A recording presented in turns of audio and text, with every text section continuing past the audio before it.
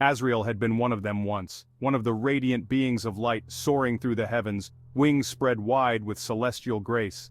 Now he was an outcast, a pariah, banished for the darkness that flickered within him, a seed of rebellion, a taste for chaos. The memory of his fall still burned like a brand. Cast out of the heavens, stripped of his grace, and hurled into the abyss. He remembered the feeling of endless falling, the searing winds of the void. Finally, he had crashed into the underworld, broken and defeated. Hades, the lord of the underworld, had watched him with cold amusement. He saw something in Azrael, a tool to be used, a weapon to be honed. A fallen angel with a score to settle and a heart ripe for temptation. Hades offered Azrael a deal, a chance for revenge, a purpose in his exile. All he had to do was embrace the darkness within him, to become a weapon in Hades' eternal war against the heavens.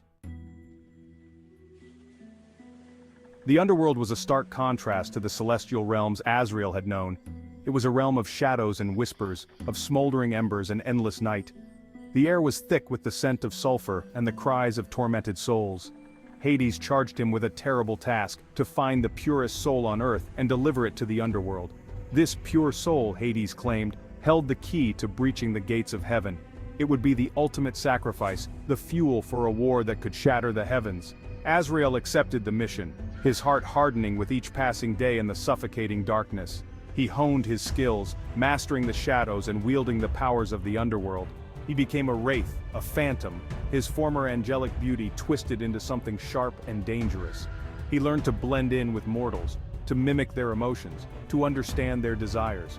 He discovered a talent for crafting illusions, for weaving dreams and nightmares out of gossamer threads of darkness. This talent, he realized, would be his key to finding the pure soul and fulfilling his dark purpose. He chose a name that suited his new persona, Valentino Noir. It was under this name that he infiltrated the world of mortals, carefully constructing a life of deception.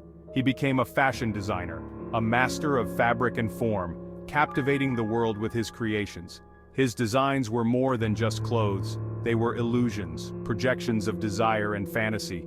Each stitch, each shimmering bead, was infused with a touch of his dark power, subtly manipulating the desires of those who wore them.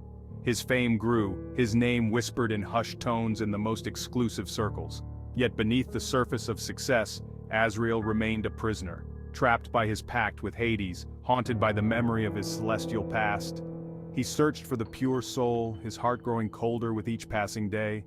He had begun to believe that true purity did not exist in this world of vanity and greed.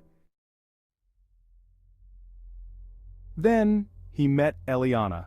She was unlike anyone he had ever encountered, an artist, her soul brimming with light and compassion. Her paintings were alive with color, reflecting the beauty she saw in the world. There was a purity to her spirit, an innocence that shone through the darkness of his own heart.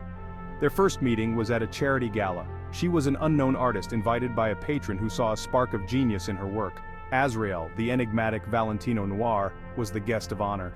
Their eyes met across the crowded room, and for a moment he felt a flicker of something unfamiliar. Hope, or perhaps something even more dangerous. He was drawn to her light, like a moth to a flame. He found himself seeking her out, captivated by her spirit, her laughter. He saw the world anew through her eyes, the beauty that still lingered beneath the surface, the goodness that he had forgotten.